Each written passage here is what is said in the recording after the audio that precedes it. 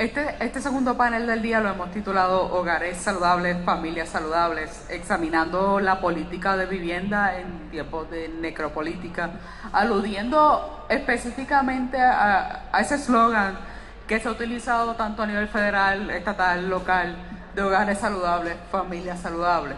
Pero queremos aquí ver un poco más de cerca esa relación entre el derecho a la vivienda, el derecho a la salud, reconociendo que la vivienda es un determinante social de la salud, mientras que la estabilidad y la seguridad de la vivienda afectan los resultados de la salud. A la misma vez, la vivienda está influenciada por políticas que configuran el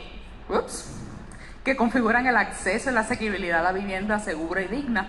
Así que en este panel esperamos abordar cómo esas políticas de vivienda dan forma a nuestra salud y bienestar. Para eso tenemos un panel literalmente ilustre. La única persona que no tiene un doctorado aquí soy yo. Académicamente ilustre, pero también reconocida por su activismo, por su trabajo con poblaciones vulnerables. Voy a presentarlo brevemente. Como siempre les digo, pues esto no hace justicia a su trabajo, pero muy brevemente. Aquí a mi lado el doctor Irán Rodríguez Torres, especialista en medicina interna, que se ha destacado durante los últimos años en denunciar la corrupción que impera en el sistema de salud con el fin de promover reformas significativas en el mismo. También ha sido muy vocal a la hora de denunciar el desplazamiento de los puertorriqueños, los crímenes ambientales que han estado ocurriendo en nuestro archipiélago. El doctor Rodríguez completó su bachillerato en la Universidad de Puerto Rico, recinto de Mayagüez, y luego realizó estudios de medicina en la Universidad Central del Caribe. También realizó entrenamiento en medicina interna en el Hospital de Veteranos, donde fue galardonado como el residente del año durante sus 3 años de entrenamiento. Ocupó el cargo de jefe de residente durante su último año de entrenamiento del 2019. El doctor Rodríguez Torres está licenciado para practicar la medicina en Puerto Rico, la Florida, Nueva York y California. Y desde noviembre de 2022, debido a las prácticas leoninas de lo que llama el cartel de la salud, el doctor Rodríguez Torres se encuentra ofreciendo sus servicios a través de varias plataformas de telemedicina mientras busca reiniciar su práctica. Bienvenido. Nos acompaña también la doctora Cruz María Nazario, catedrática en epidemiología en el recinto de ciencias médicas de la Universidad de Puerto Rico. Su premisa de trabajo es que la desigualdad y la inequidad social son la base de los problemas de salud. Desde 1997 ha colaborado con Vieques denunciando el exceso de cáncer asociado a las prácticas del Ejército de los Estados Unidos. Participó en la investigación que confirmó el número de muertes después del huracán María y que el daño mayor fue entre las personas más desaventajadas. Ha colaborado con iniciativas comunitarias en el manejo de riesgos por el COVID-19. Actualmente investiga cáncer de mama y es investigadora del Proyecto Caribe Oriental coordinado por la Universidad de Yale. Es miembro de la directiva del Centro de Investigación de Disparidades de Salud de Yale y también del Comité Asesor del Programa de Académicos Clínicos de la Fundación Robert Wood Johnson. Pertenece a la Junta Asesora de la Corporación Caño Martín Peña. Finalmente, al lado extremo, la doctora Bárbara Di Pietro. Bárbara por más de 20 años ha trabajado en la intersección de la política de atención médica, personas sin hogar y vivienda. Actualmente es la directora principal de políticas del National Healthcare for the Homeless Council, una organización comprometida con la construcción de un sistema de atención médica equitativo y de alta calidad, arraigado en la justicia social y los derechos humanos. Tiene una maestría en ciencias políticas y un doctorado en políticas públicas de la Universidad de Maryland, Condado de Baltimore. Su disertación doctoral se concentró en el impacto de la falta de vivienda en los departamentos de emergencia en la ciudad de Baltimore y continúa trabajando para garantizar que los sistemas de atención médica puedan atender mejor a las poblaciones vulnerables. Bienvenidos todos. Quisiera, para algo que tal vez el trabajo que ustedes hacen resulta obvio, pero a manera de introducción, ¿cómo la inseguridad en la vivienda afecta a la salud? El que se anime primero.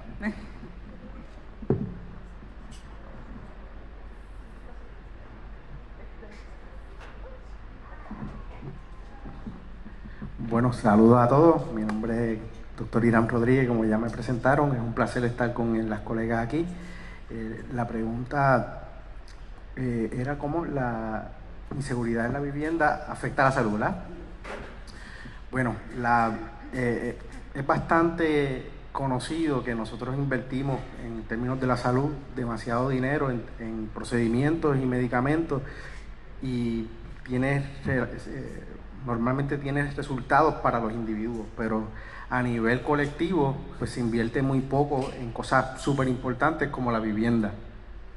La vivienda, como mencionaste previamente, es un determinante social de la salud y hay mucha literatura en donde se evidencia cómo el no tener una vivienda asequible o un hogar donde vivir tienen efectos adversos en la salud, desde condiciones de salud mental por el estrés de no poder pagar la renta, de no tener un sitio estable para vivir, de vivir en un sitio que no tienes acceso a servicios a la salud, de vivir en un lugar, por ejemplo, que tenga moho o plagas que te pongan a riesgo de alergia o de enfermedades respiratorias como el asma. Hay mucha literatura que se ha evidenciado que cuando se invierte en los hogares, en la vivienda, estas condiciones están mucho más controladas y los resultados clínicos y médicos de los individuos a nivel colectivo son muy favorables.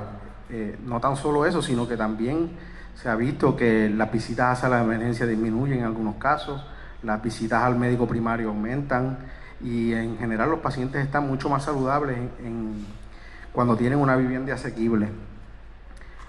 No sé si lo... Me voy a quitar el bozal por un ratito para que me oigan, pero... Bueno. La pregunta original que nos hicieron cuando nos invitaron a mí me pareció impresionante, porque los que estamos en el campo de la salud, por lo general pensamos que es trabajar en un silo, trabajar aparte, que la salud no tiene que ver con nada más. Sin embargo, tenemos que darnos cuenta que cuando estamos hablando de necropolítica, eso es cuando hay una persona o varias personas o una institución que puede usar su poder social y político para dictar cómo usted va a vivir, dónde va a vivir y hasta decidir cómo usted va a morir. Estuve leyendo recientemente un titular de una revista que decía, en inglés decía, su zip code es un determinante más importante que su código genético. Y a mí me pareció muy interesante, pensé que el artículo se iba a referir, ¿verdad?, a la parte cómo nos enseñan, ¿verdad?, que nacemos con una genética y por eso pues ya, si naciste así, pues te vas a morir porque genéticamente estás predispuesto y eso no es cierto. Y sin embargo, en ese artículo donde era más económico y lo que decía era que si los hospitales invirtieran más en las comunidades donde están ubicadas, eso tendría un impacto tan y tan importante que nadie lo ha medido. Yo creo que en este momento, este determinante de dónde usted vive tiene que ser considerado de una forma integrada. No puede haber una política de salud, tiene que haber una política integrada donde los aspectos de la salud estén dentro de cada una de las políticas sociales y económicas de nuestro país. De lo contrario, no vamos a adelantar. Lo que vamos a estar haciendo es tapando parchitos aquí y allá, como hace nuestro gobierno usualmente. Y si queremos verdaderamente tener cambio, tiene que haber esa integración de lo que tiene que ver con la salud, y en este caso la vivienda es el paradigma más importante que nos enseña cuál es la situación de una familia, de una comunidad, y cómo esa situación de la salud de esa familia o de esa comunidad tiene que tomarse en cuenta cuando se van a establecer políticas de desarrollo. De lo contrario, no vamos a estar resolviendo el problema grande. El problema de salud pública se va a quedar muy, muy superficial. tenemos que integrar todos estos procesos. Bárbara, tú trabajas con una población muy particular, así que tal vez incluso más dramático. ¿Cómo afecta entonces a las personas sin un hogar esa relación de la inseguridad en la vivienda y la salud?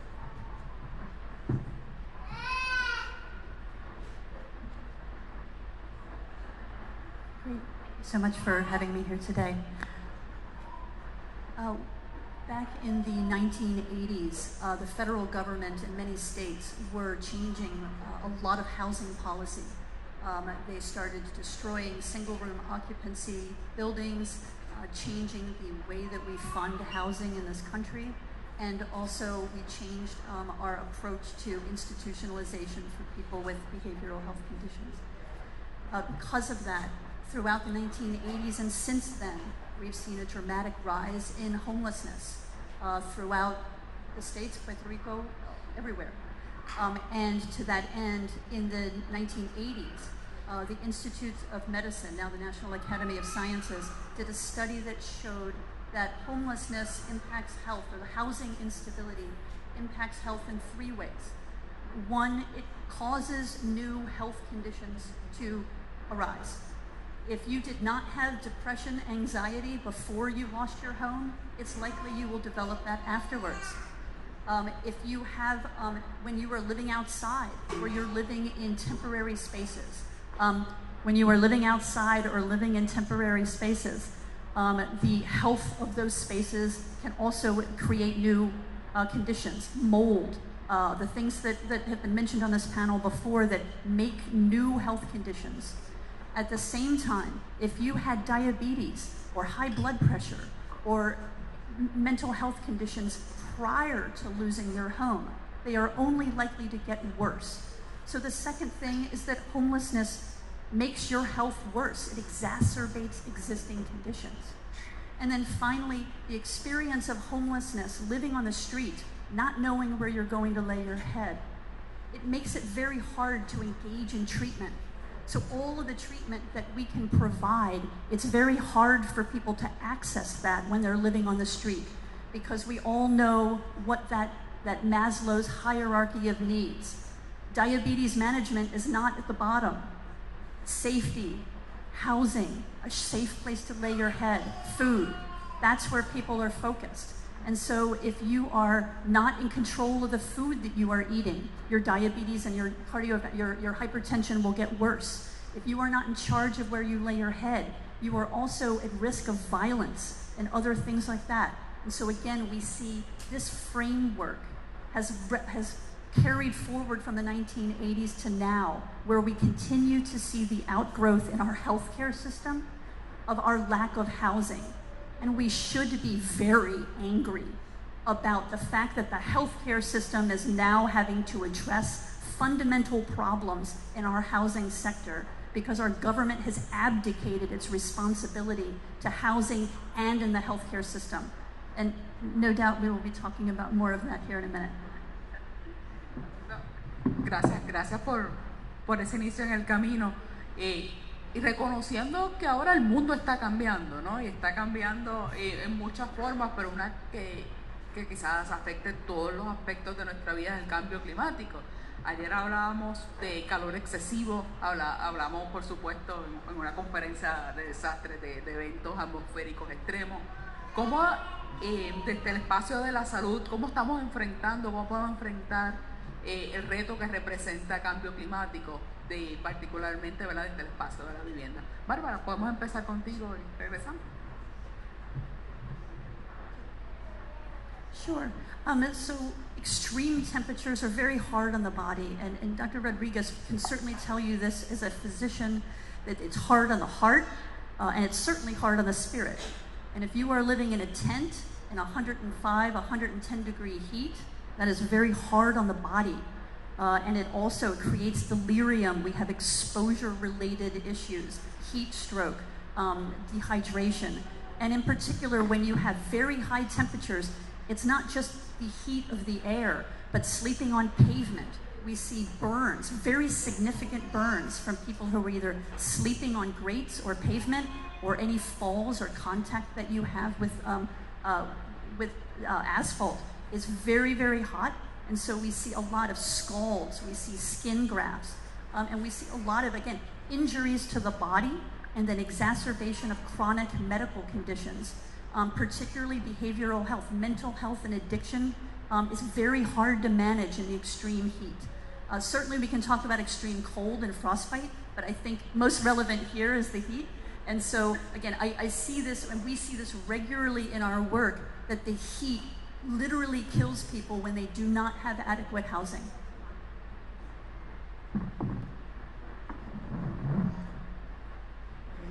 El tema del cambio climático parece como si fuera un cliché. La gente piensa que eso es algo, un tema para hablar cuando no tenemos otra cosa que hacer.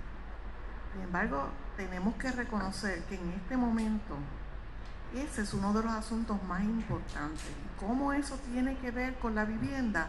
Como la compañera mencionó, si usted no tiene control de su ambiente alrededor, estamos el 90% de nuestra vida adentro de algún edificio o adentro de su casa. Muchas veces pasamos la mayor parte de nuestra vida dentro de una estructura. Si esa estructura no es adecuada, porque no puede mantener su temperatura ambiente de una forma saludable, usted va a estar a riesgo de desarrollar enfermedades. Que sí, el cambio climático tiene que ser uno de los temas importantes que debemos discutir, no a este nivel, sino a nivel de toda la política pública, que era lo que quería traer al principio, que hablamos de que no podemos hablar de cambio climático solamente los que son ambientalistas. Tenemos que hablar de cambio climático los que atienden a los viejos. En Europa, la crisis más grande de golpe de calor la sufrieron los viejos en Francia. Murieron 3.000 y pico de viejos porque los jóvenes se iban, cuando el clima es muy caliente, se iban a sus casas de verano, y resultó que los viejos que se quedaron en muchas ocasiones no tenían sistema de enfriamiento en sus hogares y por lo tanto se vio una epidemia de muerte por extremo calor en un lugar donde uno no se imaginaría, ¿verdad? Porque no son el trópico. Así que cuando hablamos de cambio climático, estamos hablando directamente de la salud, no es solamente pues esos temas que se hablan muy ligeramente, estamos hablando de cómo afecta, no tan solo los riesgos que tenemos ocupacionales. Yo soy profesora de epidemiología ocupacional y les puedo decir que uno de los grupos más vulnerables son los trabajadores que no tienen poder para decidir si voy a tomarme una merienda o voy a salir del sol. Eso, todos los años hay muertes por golpes de calor en los trabajadores que tienen menos poder de negociar sus condiciones de trabajo. Y entonces todos los que estamos involucrados en cualquier aspecto de la vida, no son salud pública nada más, no es medicina nada más, no es ambiente, todos los aspectos tienen que ser tomados en consideración porque el cambio climático está impactando todos y cada uno de ellos. Me uno a las palabras de la doctora Cruz. El cambio climático es algo que nos afecta a todos, que no podemos ignorar. Es algo que esta generación y las que vienen van a tener que lidiar. Vivimos en un planeta cambiante, pero los seres humanos, alterado el planeta a tal forma, hasta el punto que estamos alterando nuestro medio ambiente y lo estamos convirtiendo en un lugar inhóspito para vivir. Se ve con mayores huracanes con más frecuencia, se ve con la intensidad de esos huracanes. No hace tanto tiempo vivimos uno terrible que le costó la vida a miles de puertorriqueños. En esos eventos, si tú no tienes un hogar o un cobijo, te expones a condiciones por las inundaciones como leptospirosis y otras infecciones que se pueden ver cuando los cuerpos de agua salen de su cauce e invaden a estas personas vulnerables. La población envejeciente de 65 años o más, mayor edad, pues mayor aún está mayor riesgo de tener problemas, específicamente en las olas de calor. Las olas de calor van a venir cada vez más frecuentes, lo que pronostican si miramos las temperaturas del último mes, pues vemos que ha sido de los meses de julio más caliente en la historia. Creo que estaba entre los primeros 10 en la historia desde que se mide la temperatura de las regiones y del planeta. Las olas de calor pues son muy serias. Tener una vivienda hace la diferencia literalmente entre la vida y la muerte. Algo tan sencillo como tener sombra puede hacer la diferencia entre la vida y la muerte. Como dice Bárbara, el pavimento se calienta muchísimo. Un sitio que no hay árboles, que no hay vegetación que te cubra de esa sombra, está a 10, 15 a veces grados Celsius más de que si estuvieras puesto directamente al sol, y si es en el asfalto más aún. A mayor de 43 grados Celsius, las proteínas del cuerpo empiezan a romperse.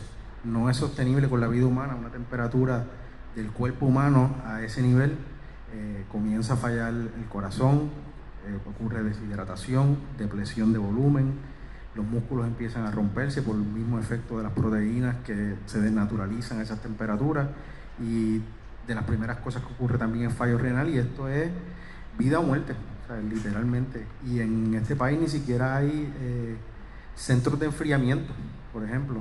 En algunos lugares en los Estados Unidos y en otras áreas, para las personas sin hogar, pues hay centros de enfriamiento donde pueden ir y cobijarse de esos calores extremos. Y yo creo que es parte de la conversación que tenemos que tener, porque va a estar ocurriendo más frecuente con los cambios climáticos. Irán, tú acabas de describir este problema como uno de vida o muerte. Y eso pues creo que nos obliga a pensar entonces cómo el gobierno está atendiendo esto. Que hay apertura, hay entendimiento de esa relación en la importancia de lo que es tener una vivienda segura, y para sobrevivir literalmente, para lo que eso refleja en tus sistemas de salud. Y cómo el cambio climático va a amenazar cómo el cambio climático va a amenazar la salud de la población. ¿Quién gusta empezar? Cuando aquí el compañero nos habla del efecto que tiene directamente a la biología del cuerpo humano, imagínense, multiplique eso a nivel de cientos y miles de personas que puedan estar pasando por una situación que a lo mejor el gobierno ni tan siquiera quiere mirar, no quieren ver. Y esto me trae a la memoria que el hecho de que los huracanes ahora están siendo mucho más fuertes, más severos, duran más. Yo pensé que María no se iba a terminar nunca. Y mi nieto, que vivía en mi casa, estaba con nosotros acompañándonos, decía, pero ¿cuándo se termina? Porque nos pareció como interminable. Sin embargo, el gobierno decía que murieron 64 personas por el huracán María. ¿Por qué? Porque teníamos un gobierno incompetente, inepto y corrupto que prefirió utilizar las estrategias del gobierno. Primero, tuvimos el desastre de eliminar las agencias que atendían las situaciones de salud y las emergencias. Todo lo pusieron bajo una sombrilla de un señor que no sabía ni dónde tenía los pies. Esta persona era la que decidía si en el certificado de defunción se iba a poner que había sido una muerte relacionada al huracán. Porque ¿sabes qué? Casi 2 veces las muertes que ocurrieron a consecuencia del huracán María ocurrieron en enero, cuando el huracán fue en septiembre. Ya habían pasado los vientos, ya habían pasado las inundaciones. Sin embargo, hay un informe de la agencia de Estados Unidos, el GAO, que determinó que el resultado directo de la mala preparación del gobierno, porque mire, eso no fue un terremoto, eso fue un huracán que venían anunciándose semanas y semanas. ¿Cómo podemos explicar que un gobierno no esté preparado para un huracán que se está anunciando hace 2 semanas? ¿Cómo es posible explicar que los hospitales fueran tan irresponsables que a mitad de una operación se le acabara el combustible. ¿Cómo podemos explicar que una clínica de diálisis se quedará sin agua? Eso no tenía nada que ver con el viento, tenía que ver con el gobierno, con la falta de responsabilidad y el problema estructural que tenemos de un gobierno que no le preocupa los vulnerables ni los pobres. Cuando miramos la muerte, el riesgo de morir después del huracán María, y miramos los niveles socioeconómicos, quienes murieron, pues las personas en el nivel socioeconómico de menos desarrollo tuvieron 3 veces el riesgo de morir en comparación con las personas a un nivel socioeconómico alto. Así que, ¿cómo nosotros podemos manejar estas situaciones? Van a venir más huracanes. Tenemos que estar preparados y por lo tanto es importante que se integren todas las políticas, la económica, la social, todas las agencias tienen que participar si queremos estar preparados para otro desastre. I think when we talk about the role of the government here, we've got to remember that budgets are moral documents. And when we put money, the money is what drives power. And budgets are moral documents. Where you put your money is where you show what your priorities are. But I think at the last estimate, there were about 3,200 people in Puerto Rico who were homeless. And that's only the number of people that could be counted. And so you can be sure that that is an understatement. One of the themes to this discussions yesterday and today is the dignity that's given to people as human beings and how that dignity is often not recognized at the government level. And so when we think about people without homes, where are their voices in this discussion? How are we giving them and showing them dignity and respect? How is it that we are centering their voices and their stories and their needs in the solutions that we are seeking? And so in many of these discussions, we've talked about displacement. We've talked about liberation. And when I think about people who live on the street, people who use drugs, people who trade sex, these are the quote-unquote undeserving poor, right? They're the people that we ignore. They're the people that don't matter in our political structures. And that has to change. And I'm just so excited to see that the climate justice issues of recognition and dignity and respect for all humans and our right to exist is the same issues that we are talking about in healthcare, the same issues we are talking about in housing and in labor and in education. And I think that the advocacy needed is happening in these spaces where we are talking about how we come together in our common interests to center those that are undeserving, which pretty means all of us, right? Not in the power structure. How is it that we are collectively holding our government responsible for their formal responsibilities that they have abdicated time and again? And I think one of the things I just want to finish with here is that democracy is a participation sport, and that we have to be engaged, we have to fight, we have to come together. And I just want to cite an example. In Miami, just very recently, the mayor decided that he didn't want to see homeless people sleeping on the street because it was bad for tourism. And I'm sure that that's never been an issue here. And so he had a great idea. He said, there's an island that's right off of the coast.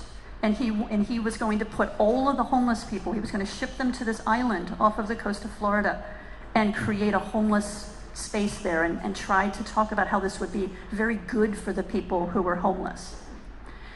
People were rightly outraged. They came together, they used the media. I was very excited about the first panel. They used the media, they came together, they centered the voices of people living on the streets so that they were the front. And the mayor was forced to back down because people were rightly outraged.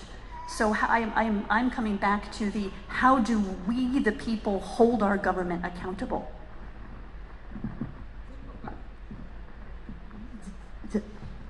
Ya que mencionamos dinero, les voy a traer un dato. Después del huracán María, salieron muchos análisis evaluando todo lo que había pasado, pero a mí uno que me impresionó muchísimo fue un análisis que comparó cuánto dinero había aportado FEMA para ayudar a reconstruir las viviendas en Puerto Rico y los comparó con lo que había pasado en Texas. En Texas creo que fue, no me acuerdo del huracán, y en Florida. Y a los 9 días de haber ocurrido el huracán en Florida y en Texas, cada uno de esos estados había recibido $100 millones de FEMA a los 9 días. En Puerto Rico, 9 días después del huracán María, FEMA había distribuido $6 millones. ¿Qué diferencia? A los 2 meses, después de Harvey, que fue en Texas, y Irma en Florida, esos estados habían recibido $1 billardo, que es como se dice en español, pero en inglés, billion, ¿verdad? Billón. Nosotros, a los 4 meses, todavía no se había llegado a esa cifra. ¿Por qué? Porque en Puerto Rico tenemos una situación de vivienda bien particular. La mayoría de la gente pobre no tienen títulos de propiedad. Y FEMA tenía esta estupidez de que si usted no tenía un título de propiedad, no podía ni tan siquiera solicitar un préstamo. Oye, el dinero de FEMA no es regalado, lo pagamos todos nosotros que tenemos un préstamo en el banco para pagar nuestras casas. Estamos aportando el dinero a FEMA en la misma proporción que en Estados Unidos, pero somos tratados, y el gobierno lo acepta y no protesta por eso, de una forma discriminada. Y otra forma que podemos usar para medir el impacto que tiene el problema el determinante tan importante de tener vivienda, es un dato que me pareció impresionante. Mientras más temprano en su vida usted sufra una enfermedad, como por ejemplo la población que la compañera nos está explicando, los vulnerables en su mayoría son jóvenes. Pues sabes que en los últimos 22 años en Estados Unidos la gente vulnerable perdió 80 millones de años de vida productiva. 80 millones de años. Esa medida en epidemiología se llama años de vida perdida, y es una forma de nosotros ilustrar que tenemos también que atender el efecto que tienen todas las decisiones del gobierno en las poblaciones jóvenes, que a veces las ignoramos, ¿verdad? Por eso él puede bregar. Pero resulta que si está sin vivienda, que si no tiene trabajo, si no tiene dónde tener un ambiente saludable, esa persona va a desarrollar enfermedades que no esperamos sino hasta que uno es viejo, como yo. Y luego, si usted evalúa cuántos años esa persona ha perdido de contribuir y de tener una vida con calidad y con provecho para toda la comunidad. Yo suscribo todo lo que ellas han dicho. Tenemos la realidad de un gobierno que es incompetente, complaciente, y yo pues no me canso de decirlo, porque la realidad es que ellos son nuestros empleados. Ellos se deben al pueblo, nosotros los elegimos, pagamos impuestos y se supone que le sirvan a su gente. Y yo no puedo dar una anécdota de cómo nos falla el gobierno, que la viví yo personalmente. Para el huracán María yo estaba de guardia en el centro médico, en UDH, y yo dormí allí. Estuve casi 48 horas allí. Estaba en segundo año de residencia y yo vi con mis ojos las paredes del centro médico sudando. O sea, digo sudando porque es que estaban goteando, mal olor, y había electricidad, pero el generador no producía suficiente para mantener los aires y el sistema de enfriamiento necesario para correr la institución. Poco tiempo después de las 48 horas partí, pero no sé si ustedes vieron a un colega, se llama Kermit, él es urólogo hoy día, él denunció en aquel entonces que en medio de la cirugía se estaba yendo la luz y tuvo que pasar eso para que trajeran nuevos generadores. Así nos falla el gobierno, y eso es la importancia de no quedarse callado, porque si ese muchacho no hubiese hecho eso, pues cuántas cirugías se pudieron haber complicado, cuántas personas pudieron haber muerto. Y eso es un ejemplo bastante localizado, pero estoy seguro que sucedió en toda la isla, y como dice la doctora, es algo que se multiplica. Y en esa misma línea, podemos empezar contigo esta próxima pregunta, porque hablamos de cambio climático, hablamos de vivienda, hablamos de desastres, que son particularmente desastres, se supone que sean eventos extraordinarios, pero la verdad es que el sistema de salud para las poblaciones más vulnerables, como son las personas sin hogar, y para nosotros en Puerto Rico nos falla todos los días para cosas rutinarias, para cosas de día a día, y de esas cosas de día a día, ¿verdad?, de las que nuestra vida depende. Y creo que en esta misma línea de abogacía, ¿cómo cambiamos esas políticas, esas fallas? ¿Cómo atendemos esas cosas que las están causando para nosotros como puertorriqueños, para tan siquiera tener la posibilidad de seguir viviendo en nuestro archipiélago? Es complejo, porque tenemos un gobierno corrupto. Yo te diría que para comenzar necesitamos mayor transparencia, porque si no tenemos transparencia no podemos ver lo que está pasando. Al ver lo que está pasando y educarnos, creando conciencia y tener la data y la información, pues eso nos permite actuar y empoderarnos. Un ejemplo de esto es, por ejemplo, los equipos electrónicos, equipos médicos electrónicos. Hay un conteo de eso en el programa Medicare de CMS, ustedes lo pueden buscar, se llama Empower. Hay cerca de 43,000, 44,000 personas que tienen equipos médicos. A esta altura yo nunca he visto al gobierno central comunicarse con las alcaldías para determinar dónde están esas personas que necesitan de un generador, por ejemplo. O sea que nosotros tenemos muchas herramientas, y este es un ejemplo de eso, que se pueden utilizar para mitigar estos posibles daños, estos posibles efectos adversos. Porque si tienes una persona que depende de un tanque de oxígeno, pues no tener electricidad y no tener un generador, pues le puede costar la vida. Y esas son las vidas que se perdieron, como dijo la doctora, son las que se pierden meses después del desastre. Ese mismo tipo de conteo se puede hacer para otros programas, para lo que es el Medicaid, que es la reforma, y en general para toda la población que tiene un equipo médico electrónico. Y ese es un ejemplo. Pero en general yo te diría que algo muy importante es la transparencia. Nosotros necesitamos transparencia para ver qué hacen con nuestro dinero. Como dijo Álvaro, esto es algo, los presupuestos es algo moral. Nosotros pagamos por eso y necesitamos saber qué se hace con ese dinero y que llegue a donde tiene que llegar, a la gente, al necesitado, a lo más vulnerable.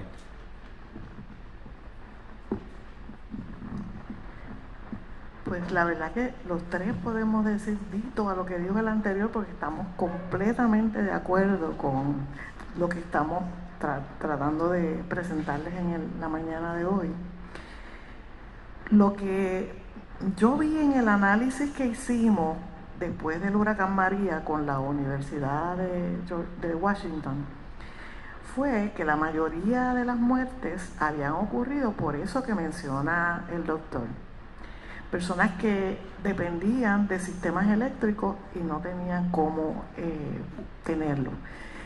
Lo más terrible para mí fue el encubrimiento de las fallas de la estructura de nuestro gobierno. Yo tenía un vecino, yo vivo en el campo, y para María estuve 6 meses sin luz y sin agua. Pero yo tenía recursos, ¿verdad?, porque me movía, podíamos ir y buscar agua, pero los vecinos teníamos que ayudarnos unos a los otros. Y yo creo que lo que salvó que las muertes no fueran más de lo que fueran fue esa participación comunitaria. La comunidad fue la que se movió. Y eso es lo que necesitamos, movilizar, darle fuerza, darle apoyo, darle el valor que se merecen.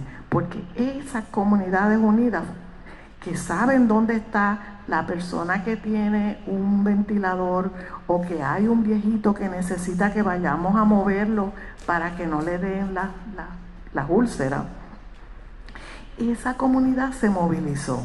Y para mí ahí es donde está la fuerza. Yo he visto cambios dramáticos.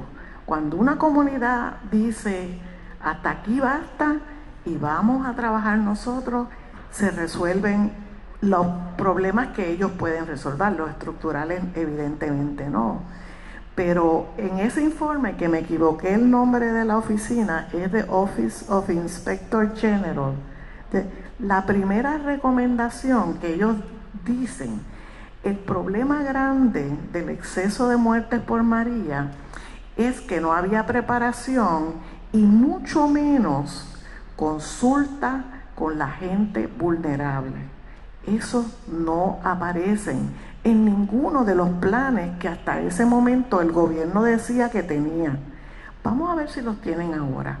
Tampoco, porque como nos dijo el compañero, casi quieren hacer invisibles a aquellos que más necesitan. Y por eso es que en la comunidad es donde hay una fuerza enorme para hablar, para protestar, para exigir. No es mendigar, es exigir. Así que yo creo que mi recomendación es fortalecer, y de qué forma todos nosotros nos ponemos a involucrar en fortalecer esas comunidades que nos dieron ejemplos de vida. I think one of the things that COVID-19 demonstrated was that the government can respond quickly when it wants to. They can change policies, they can waive policies, and they can allocate a tremendous amount of funding when they want to. And so I think pointing to that constantly and saying that we got flexibilities in healthcare that we have never had before in the last few years. Now, of course, those are rolling back. They don't have to. And I think also that as important as it is also to center people who are most impacted and get them at the forefront of pursuing solutions, I think it's also important that we leverage our healthcare providers and our healthcare leaders to point out that we are doing all of us a disservice when we don't do right by everyone. We also are failing everyone. And our healthcare systems are now more expensive because of our failures. They are less efficient because of our failures. And this impacts all of us. And one of the things that we've done very brilliantly in this country, in our healthcare system, is we've divided people up. So poor people get into Medicaid, working people get private insurance, and older and disabled folks get Medicare. And then what we do brilliantly is we underfund our public systems to the point where you might be even eligible for Medicaid, but try finding someone who will give you care. Try being eligible for all of the services that you need and finding someone, a provider who can afford to even have you as a patient, because Medicaid will pay them so little that they can't actually treat people. We're fond of saying that the system is broken, but the system isn't broken. The system is working exactly as it was designed. When we have our leadership in our healthcare systems protesting this, the moral injury to the fact that physicians and all of our clinical workers are put in a place where they cannot practice their training because of the paperwork or the social determinants of health that get in the way of the care they provide and the health of their patient. And coupling that with the patient voice as well, that's where we will start to see change and unity, and bringing people together in protesting issues that impact all of us. Because when our Medicaid systems fail, and when people are not using the system correctly, that has a ripple effect across everything. And we all deserve and want, as taxpayers, to have an efficient system that works well and is responsive to us. That's what the contract is. That's the social contract. but they have fundamentally broken that contract by design.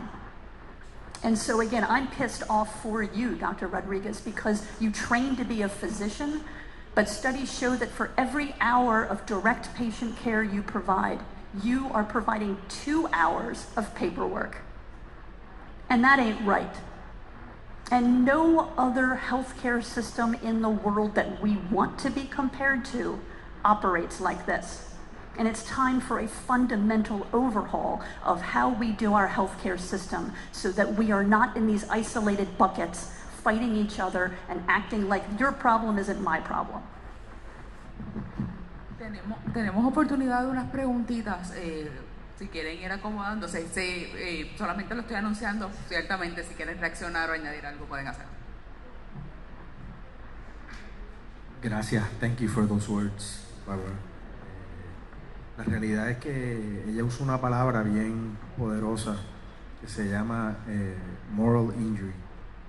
Y eso es precisamente lo que yo sentía y ya no lo siento tanto porque me desahogo por las redes sociales, pero eso fue lo que me llevó literalmente a hablar, porque yo sentí que si callaba eso era mejor no practicar la medicina así.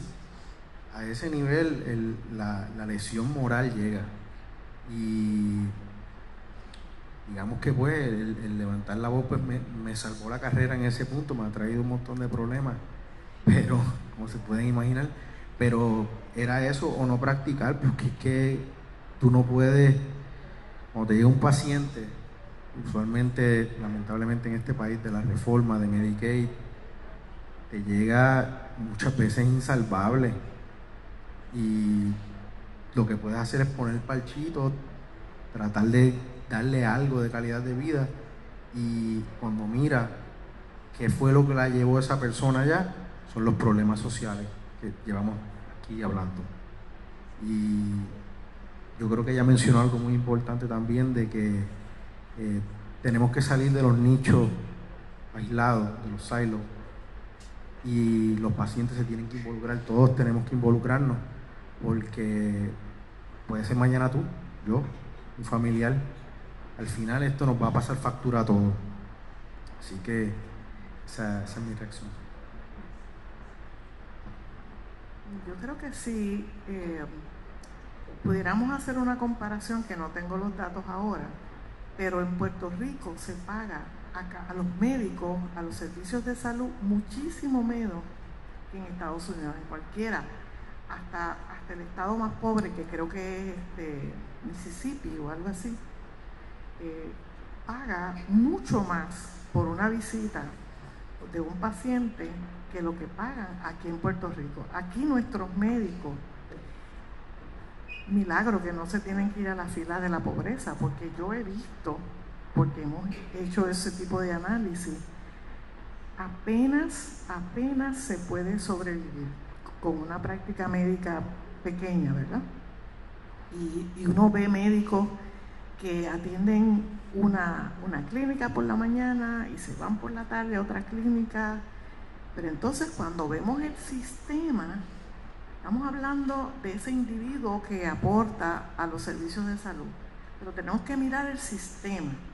Cuando vemos el sistema, vemos que es un embudo, claro, poquitito abajo para los que trabajan, y el dinero se queda. Y usted ve que, por ejemplo, un hospital dice que se va a la quiebra, pero ¿cuál es el salario de esos ejecutivos en ese hospital? Cuando llegó el COVID, los hospitales empezaron a cerrar pisos. ¿Qué implicaba eso? Que los médicos que se quedaban tenían que doblar guardia, que las enfermeras que se quedaban tenían que doblar guardia, y que los que limpiaban los puertos en muchas ocasiones tampoco podían irse a su casa porque tenían que hacer 2 y 3 guardias. Pero los salarios de los grandes ejecutivos nunca se vieron perjudicados. Cuando empezaron a despedir personal del hospital, pues no había el personal para dar la terapia respiratoria. Entonces empezaron, mire, en COVID aquí llegó el dinero por billones. ¿Dónde se usó ese dinero?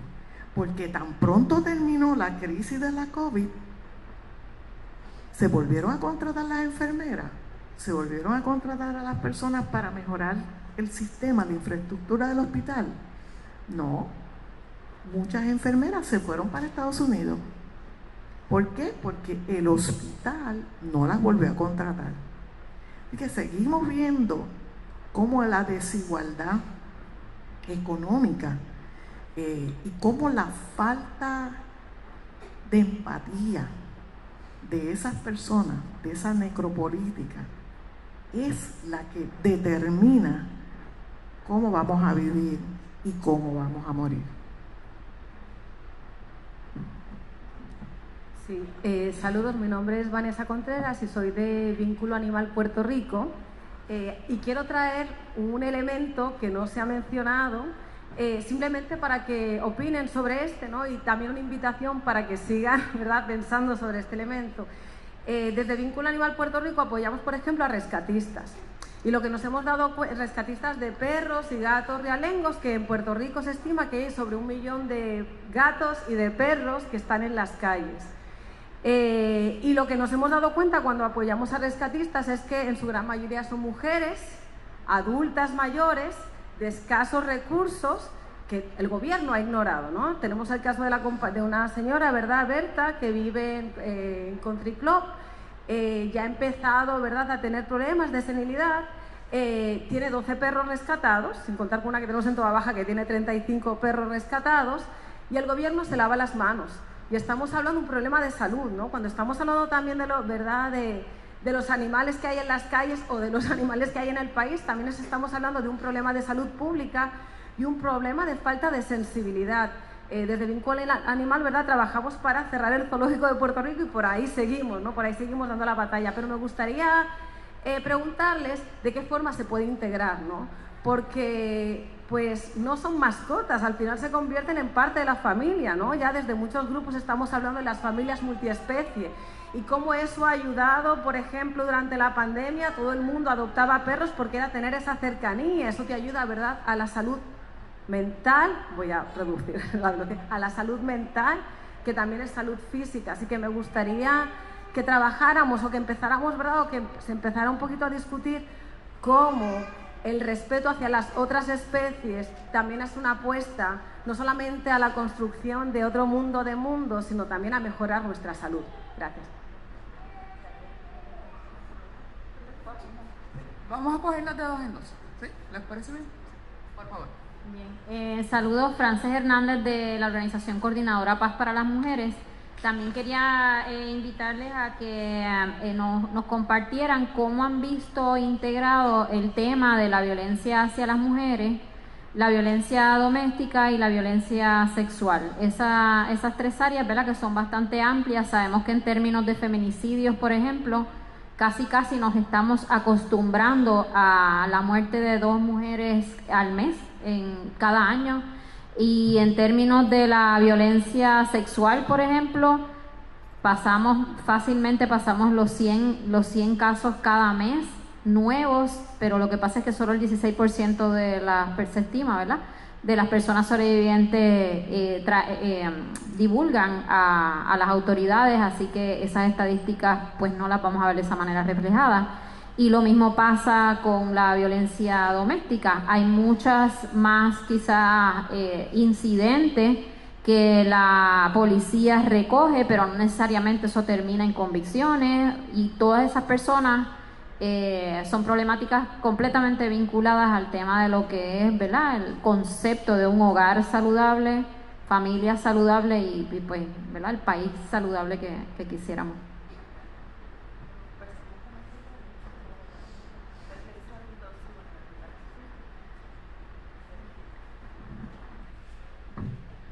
I can address best your question about violence.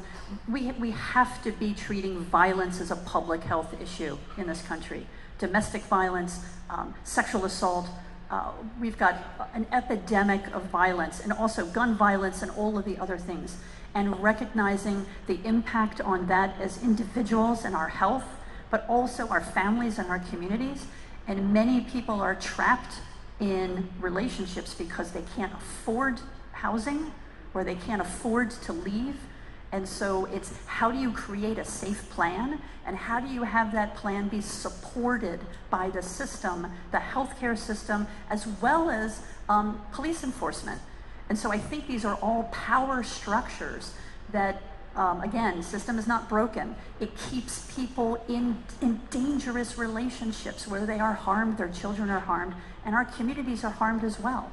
And so I'm responding to you in this, I think slowly, but not quickly, slowly we are getting to the point where we're seeing this as a fundamental part of healthcare, but we are not acting quickly enough, and we are not allocating the resources needed for housing and emergency crisis response to allow people, mostly women, to be able to be safe.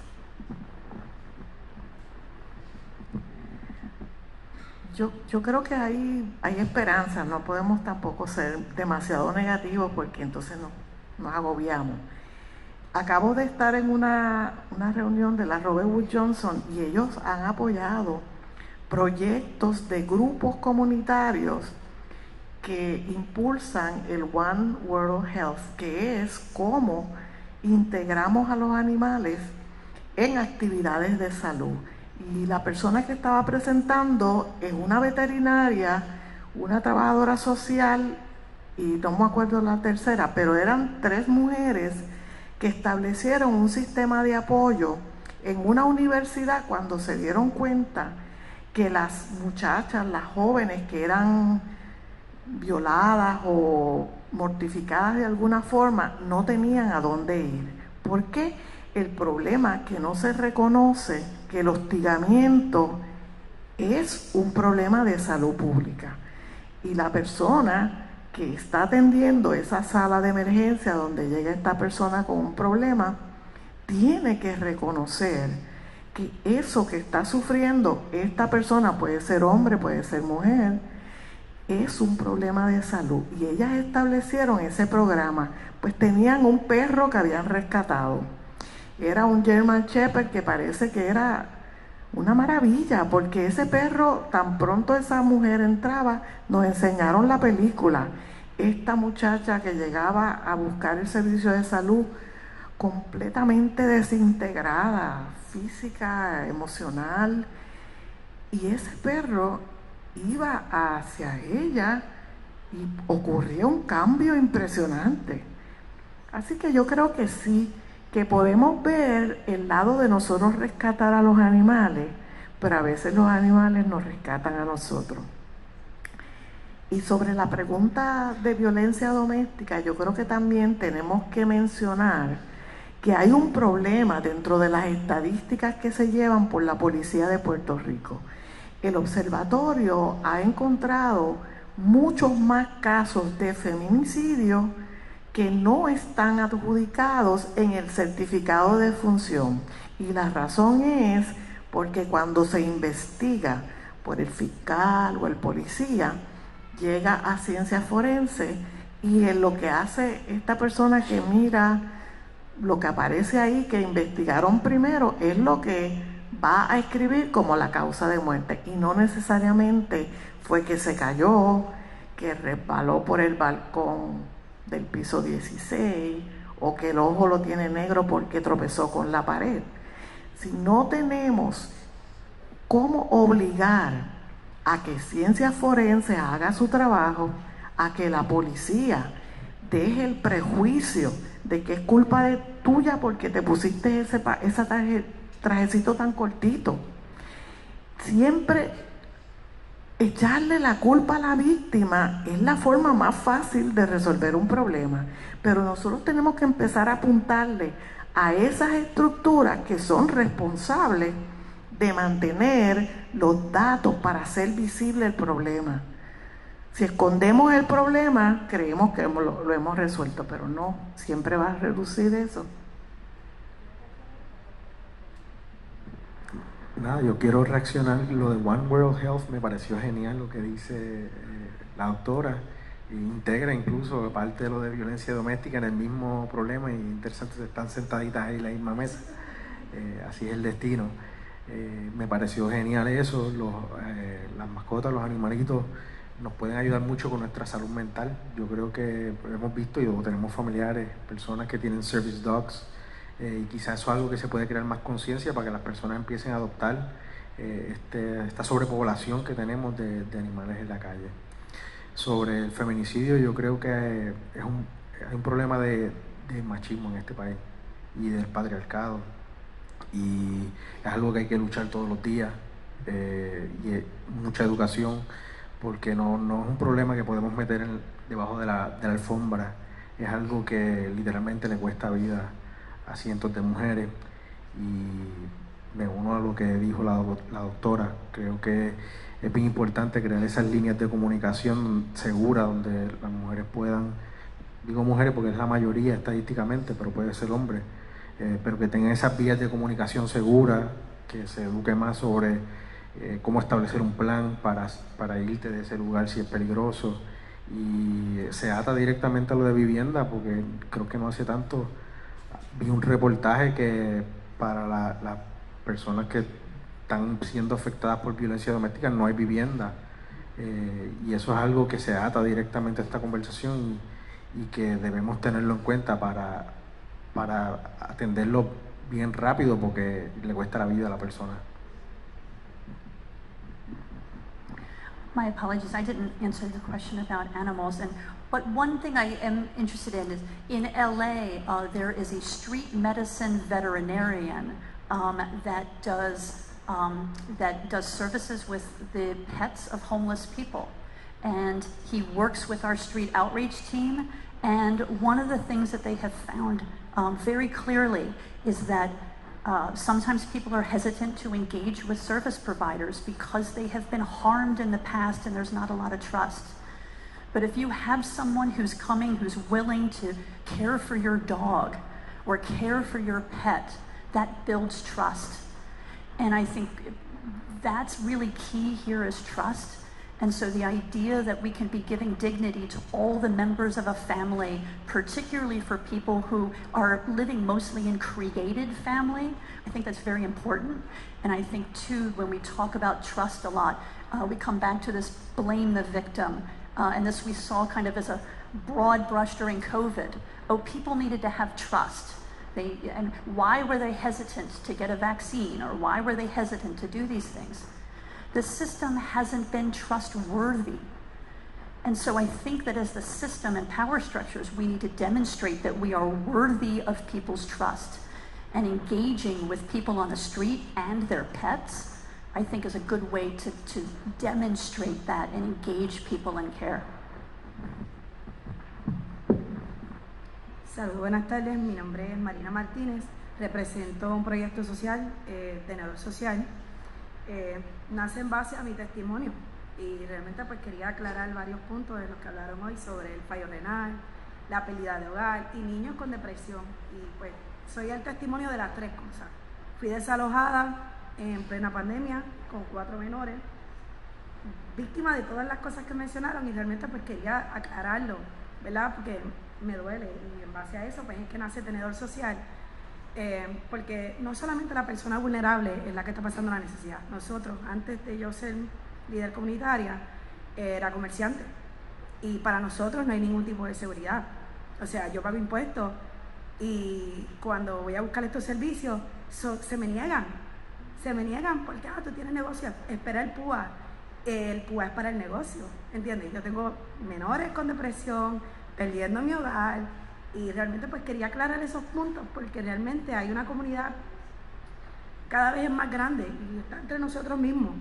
Los que estamos aquí sentados pasamos hambre, porque tenemos que, ¿verdad?, elegir entre pagar la renta, pagar el agua, pagar la luz. Y ¿cómo vamos a hacer política pública si ahora nos están haciendo un reglamento de líderes comunitarios para también callarnos y decirnos cómo poder abogar por las comunidades especiales? Y verdad, vengo desde una comunidad especial, Barrio Fortuna Playa en Luquillo, donde la mayoría son envejecientes.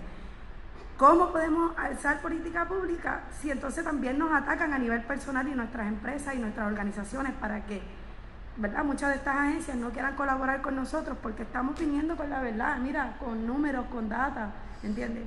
Literalmente o buscan o una desobediencia o pues ponernos para que nos den fuerte. ¿Cómo ¿cómo vamos a seguir promoviendo, ¿verdad? Si nos atacan frecuentemente, ¿verdad? Menos personas van a querer salir a hacer la política pública, porque entonces vamos a desobedecer. Entonces, ¿dónde está nuestra voz como pueblo si ahora nos creamos un reglamento?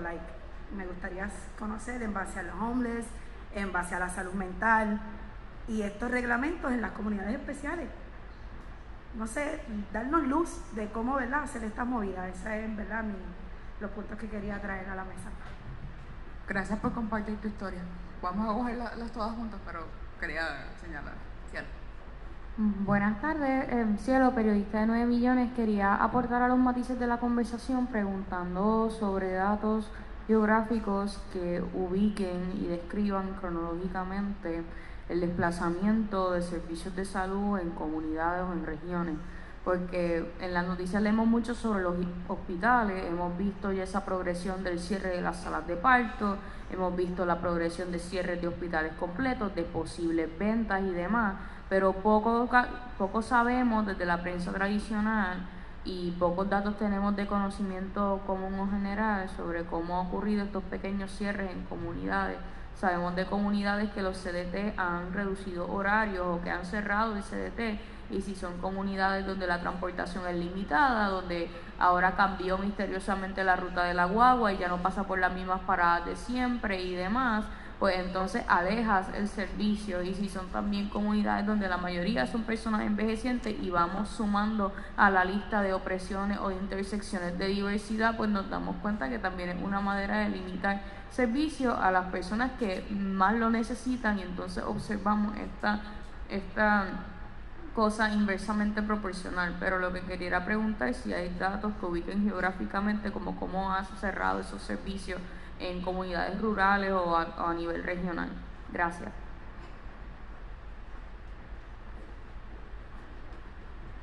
Hola, buenas tardes a todas las personas aquí presentes. Gracias por este tema tan importante. Mi nombre es Paola Díaz Báez, soy parte de la Red por los Derechos de la Niñez y la Juventud de Puerto Rico. Somos una organización sin fines de lucro que está enfocada en trabajar con el cambio sistémico para prevenir la violencia desde sus diversas tipologías en la niñez, la juventud. Uno de los proyectos que trabajamos desde nuestra organización es el proyecto Casa Ramón, que es el primer y único proyecto especializado en jóvenes sin hogar entre las edades de 18 a 24 años.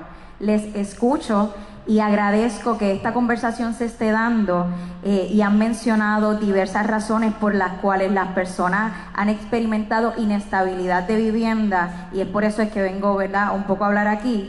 Y en Puerto Rico hoy en día tenemos un perfil de lo que es una persona sin hogar. Sin embargo, poco se habla de los jóvenes que están experimentando el sinhogarismo de estas edades y las diversas razones que lo llevan a estar sin hogar. Nosotros, el enfoque principal de nuestro proyecto va dirigido a la población LGBTQ+, que es desplazada de sus hogares por su orientación o su identidad sexual, personas jóvenes que han sido egresadas del Departamento de la Familia, que luego de que cumplen 18 años no tienen recursos de apoyo, no tienen vivienda y simplemente se quedan en la calle. Además de eso, nos enfocamos en madres solteras que no tienen recursos de apoyo. Todo esto para entrar en el tema en el que ya llevamos desde el 2020 con la pandemia, que se visibilizó porque nosotros contamos con una línea de apoyo 510-1606 que comenzamos a trabajar desde ese punto, y comenzamos a recibir llamadas de jóvenes universitarios que porque las instituciones cerraron se quedaron en las calles. Sin embargo, no eran considerados como personas sin hogar porque ellos y ellas mismas tampoco se consideran como personas sin hogar, porque a nivel de Puerto Rico y socialmente no es una problemática que era real en ese momento. A base de esas situaciones hemos comenzado a levantar data, a crear grupos focales para poder generar la problemática. Al sol de hoy hemos podido crear lo que es el proyecto Casa Ramón. Casa Ramón fue fundado por el trabajador social Marcos Santana Andújar, y ¿verdad?, que es parte de la Red por los Derechos de la Niñez y la Juventud, que va dirigido a esto. No obstante, aun cuando hemos identificado que sí tenemos algunos fondos y recursos, tenemos una línea de apoyo donde constantemente recibimos llamadas de jóvenes Y es increíble porque yo también soy joven y venimos desde un nivel de privilegios y oportunidades y uno dice, ¿esto está pasando? Sí, está pasando. En esa línea de apoyo, nosotros, el equipo que está compuesto de trabajadores sociales, psicólogas, gerentes, facilitadores, recibimos diariamente aproximadamente 7 llamadas de jóvenes entre estas edades, durmiendo en sus carros, durmiendo en casa de amistades. ¿Qué pasa? Yo no me considero persona sin hogar porque no estoy debajo de un puente, porque no utilizo sustancias controladas, sin embargo, sí lo es. Entonces, es como sociedad comenzamos a darle luz a esta problemática que no tan solo nos está afectando actualmente, sino nos va a venir a afectar luego. ¿Por qué? Porque no tan solo estamos hablando de algo básico como la vivienda, sino en esa pirámide de necesidades básicas no tiene alimentos, no tiene servicios de salud. Así que me encanta que tengamos estos espacios llenos de profesionales activos en nuestra sociedad para seguir visibilizando lo que está pasando con nuestros jóvenes y nuestras jóvenes y cómo los contextos de violencia se siguen reproduciendo. Les escuchaba hablar sobre que la violencia y la criminalidad es un asunto de salud pública, en efecto, y entonces es un llamado a trabajar desde la prevención. Desde la Red por los Derechos de la Niñez creemos en la prevención, tenemos diversos programas que atienden a la niñez temprana, entonces es un poco invitar a que continuemos mirando la problemática de los jóvenes. Me encantó que lo trajeran y cómo podemos seguir brindándole accesibilidad a los jóvenes. Así que quería mencionárselo y gracias por el tiempo.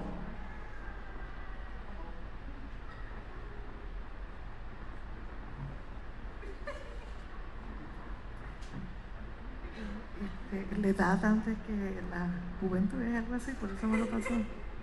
Oh, me alegro. Yo creo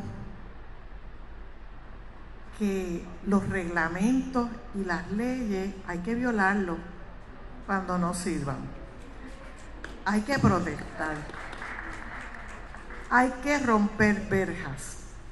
En Vieques sacamos a la Marina rompiendo verjas, corriendo y huyendo cuando venía la policía.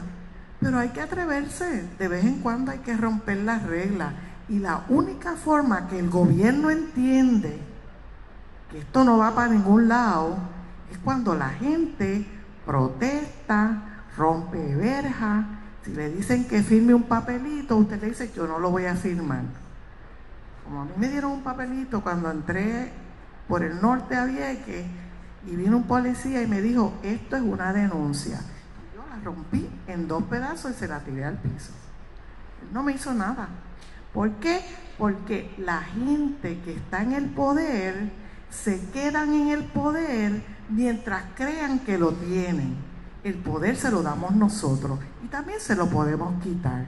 Así que ese reglamento para taparle la boca a las comunidades, hay que violentarlo, hay que protestarlo, hay que sacarlo a la luz. No nos podemos quedar callados. Eso no se puede permitir. Cuando la tiranía es ley, la revolución es orden. I completely agree. I think revolution is obviously the solution.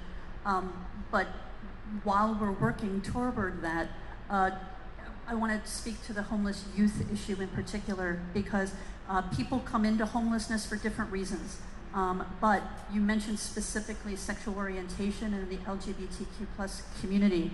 And we have to be battling stigma and discrimination and racism while we're doing that too. And it's how is it that we are holding our systems accountable to support young people when they are leaving foster care or when they're leaving other institutions? Let's even question why they were in those institutions to begin with. We have a pipeline and we have professionalized how we criminalize the presence of people, all kinds of people. We have to revolutionize that. We incarcerate more people, vastly more people than China and pretty much every other country combined. It's shocking. And then we have multitudes of ways of, even after someone gets out of incarceration, of continuing to keep them incarcerated even while they are free. They can't get a job, they don't qualify for housing, they can't get an education, can't get a loan. And that continues forever. And so in particular, when we talk about young people who are living on the street, this is particularly a problem, because when we talk about unproductive years and years of potential in our young people, in our next generation, that's something that needs to be part of this revolution as well, is the respect and dignity of looking forward and not considering people a throwaway generation. That is unacceptable. So I think that should definitely be a pillar of the revolution. Creo que nos quedó una pregunta de los datos. Yo realmente no conozco los datos de cómo están los cierres de las instituciones, pero sí tengo la impresión de que están cerrando desproporcionalmente a la población que hay, porque sí ha habido una baja poblacional, pero están cerrando más aún de lo que debería, dada la necesidad que existe. Esos datos geográficos, yo creo que uno basta con ir muchas veces a las zonas rurales donde hay una necesidad enorme de salud mental como tal. Salió un informe de ACES, de la Administración de Seguro de Salud, donde hay 32 municipios sin psiquiatra y unos cuantos más, no recuerdo el número, sin psicólogos también. O sea que estamos perdiendo acceso a estos servicios médicos importantes. Sería bueno tener la data, creo que es muy importante. El gobierno debería tener esta estadística, pero a falta de gobierno pues nos toca autogestionar, pero no la tengo disponible. Pero creo que es algo importante. Otra cosa, otro patrón que he visto es que están cerrando desproporcionalmente porque hay unos intereses detrás, unos intereses de desmantelar las instituciones que tenemos y de que las compañías privadas con fines de lucro se apoderen de ellas, ya sea de las clínicas de los médicos independientes, ya sea de los hospitales, y las aseguradoras juegan un rol aquí porque ellas controlan cuánto se les pagan bien poco y pues no pueden correr una operación fiscalmente sana y pues terminan en bancarrota, y esa es la técnica clásica de la privatización. Yo creo que la hemos visto en todos los renglones, pero en la salud no es una excepción, y gracias por traer la pregunta porque hace falta esos datos. Bueno, quisiera darle las gracias. Para él nos entendimos un poquito, lo siento, pero gracias por el interés y las preguntas. Y gracias, por supuesto, a los panelistas por acompañarnos. Tenemos almuerzo, así que podemos aquí, donde mismo desayunaron a su mano izquierda, nos vemos de vuelta a las 1:30. Recuerden visitar las mesas si no lo han hecho todavía. Gracias.